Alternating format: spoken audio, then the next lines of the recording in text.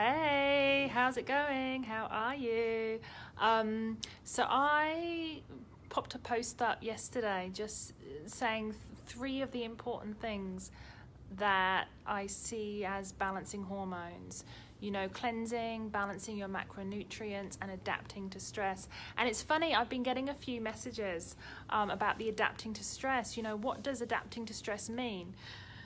I'm busy, there's lots going on, so what do you mean by adapting to stress? Can you give me a little bit more information on that? So adapting to stress is really the best way for us to be able to cope with the stressors around us, the busyness of day-to-day life, the things that we have to do for our friends, family, job, commitments, everything that we have to do. If we're not adapting to those stressors in a manner that suits our body, then we will get insulin resistance, we will get weight gain around the belly, we will get inflammation, we will crave sugars, and it will lead to lots of inflammatory disorders.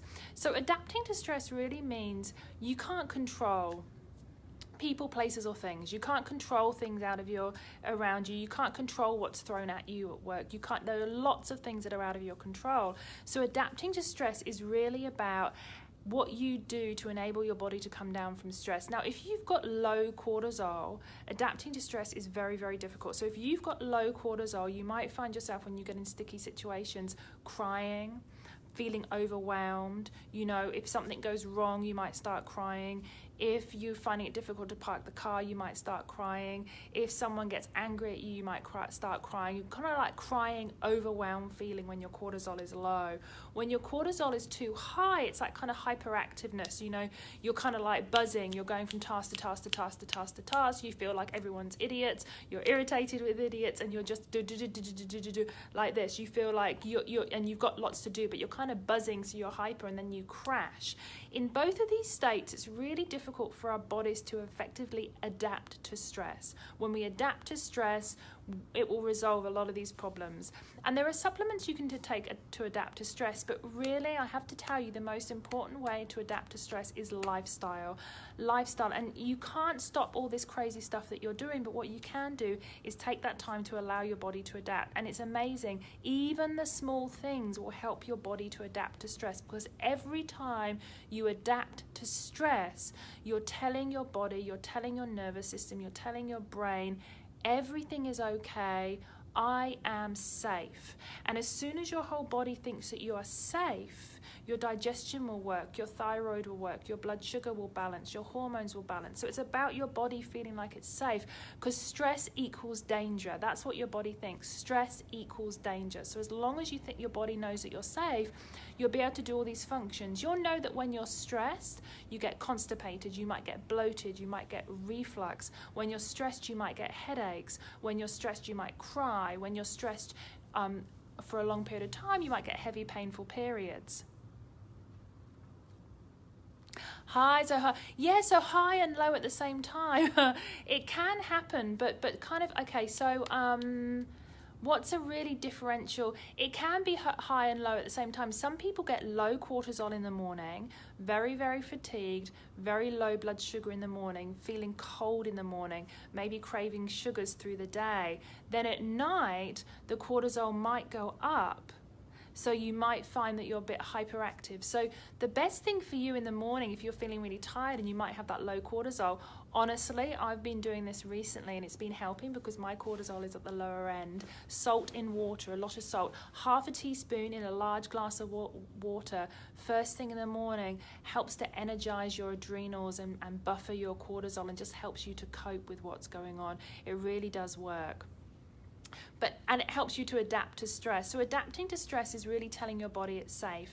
And you can do the tiny things to tell your body you're safe. So an example, if you eat fast, your body thinks you're in danger and there's a predator coming to get your food. So eat slow. If you shallow breathe, your body thinks you're in danger. your body thinks as a predator, your nervous system then goes into sympathetic, shuts down, ready for you. You get alert, you get that high alert. That's that high cortisol, Zohar. That high cortisol, you're kind of like on that high alert. You can see everything around you. You can see the dangers, and you're kind of like this. That's that high alert, you know. When you're kind of under cortisol, you're more foggy. Maybe you don't notice things. Maybe you have a few more accidents. Maybe you prang the car. Maybe you drop something. Maybe you accidentally pull out in a lane on somebody. But when you've got that high cortisol, you're on it. You're like, you can see every danger. You can see a bad driver. You can see these things. That's that high cortisol, that high alert. So deep breathing. So just doing 10 deep breaths, 3 seconds in, hold for 3 seconds, 3 seconds out. In through the nose, out through the mouth. That's one of the best ways to adapt to stress and reset the nervous system.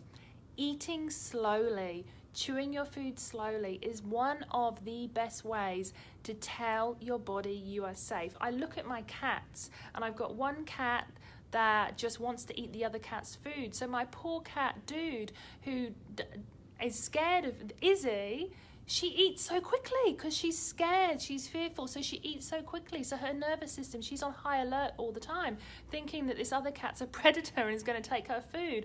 So it's a survival mechanism. Can you see it's a survival mechanism? Breathing deeply, eating slowly are the two best things that you can do. And then, of course, through the day, helping you to adapt to stresses through the day is simply that mindfulness. So when you're making yourself a cup of tea, doing it very slowly, being mindful of that space and blocking everything else around. That's another great tactic to help you to adapt to day-to-day stress, day to day.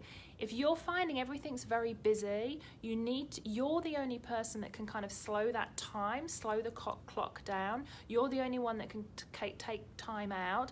And even if it's for a minute to deep breathe, a minute to sit in your car before you go and pick the kids up, or a minute just to sit there, deep breathe, and instead of thinking and worrying, just to be aware of your surroundings and just to be present in that moment. Those are the best ways to adapt to stress. Also talking slowly. You'll notice yourself, and I notice myself sometimes, as you're talking faster, you get your body starts to get hyped up. So just kind of taking everything back and having a gap between things. I could go on with ways to adapt to stress. I mean, social media is one of them. Becoming aware of how you transition between doing things, from Instagram to Facebook to sending an email to a text, just being aware that as you transition to take some break out. So instead of actually going from one thing to the next, all you need to do is transition slowly and transition with space. So create space between tasks. Checking your emails and going on Instagram, both are tasks that create a little bit of stress. So just create space between everything that you do, and that helps you to adapt to stress. So deep breathing, eating slowly, talking with space as well, creating space between your tasks. And however you create that space, it can just be a couple of seconds, it can just be a minute, 5 minutes, whatever that is, create that space. And then lastly, you know that I go on about this, I'm always talking about this, but this for me was one of the best ways for my body to adapt to stress. And you know, I believe it's the missing link. That's grounding and getting in nature. So for however long you can do that, grounding is one of the best things you can do. Grounding helps your electrolytes in your body. It helps your negative and your positive ions, and it's wonderful to reset your nervous system. So you have that nice balance between parasympathetic and sympathetic. So it could just be walking to your car with bare feet. It could just be sitting in your garden, going and getting the washing off the line in bare feet, but just your body to the earth for however long you can on a daily basis is a wonderful way to reset your nervous system. And for those of you that are suffering from this heightened state of stress, this parasympathetic, sympathetic, a few key things you can do can help. And the one is hydration and using electrolytes to hydrate. When we get stressed and we're going through these stresses every day, one of the first things to go are our electrolytes. Our body gets rid of potassium, it gets rid of calcium, and it gets rid of sodium. All of these get excreted out through stress. And so you might find that you're thirsty, You might find that you crave salts. So please use electrolytes, because you'll find that will calm your nervous system down, and that hydration will actually help you to adapt to stress. So using things in water, so I've already said the salt in water is wonderful, lemon in water is wonderful, using green powders like barley grass in water is fantastic, or using I make sure that I've got something like this, like a natural mineral water that's high in those salts and electrolytes, because you do get dehydrated, and what the dehydration causes is the heart palpitations and then more anxiety. So you can see how it does cascade. But I hope that just helps explain what I'm talking about when I'm talking about adapting to stress. It's just using those lifestyle, creating space, and giving the right messages to your nervous system so that you're telling your body you're safe. As soon as your body knows you're safe, everything will start to click into place, and then your hormones will start to balance. Just creating that safe space, however that may be.